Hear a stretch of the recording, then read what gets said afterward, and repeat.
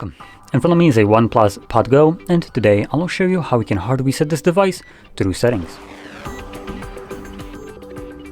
To get started, you will want to open up your settings application, and in here on the side panel, scroll all the way down to additional settings, and then scroll down on the second side and then choose backup and reset, reset device, erase all data, and then select erase all data twice. Now this does remove all the data on the device, which includes things like photos, videos, music, documents, and so on.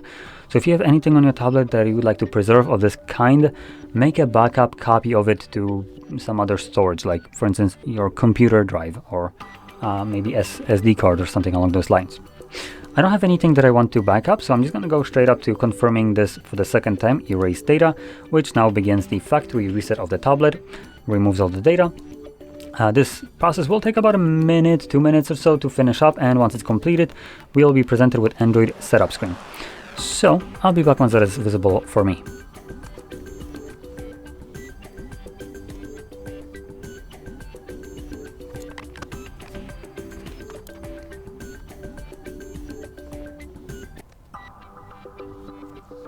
And as you can see, the process is now finished and you can set up your device however you like.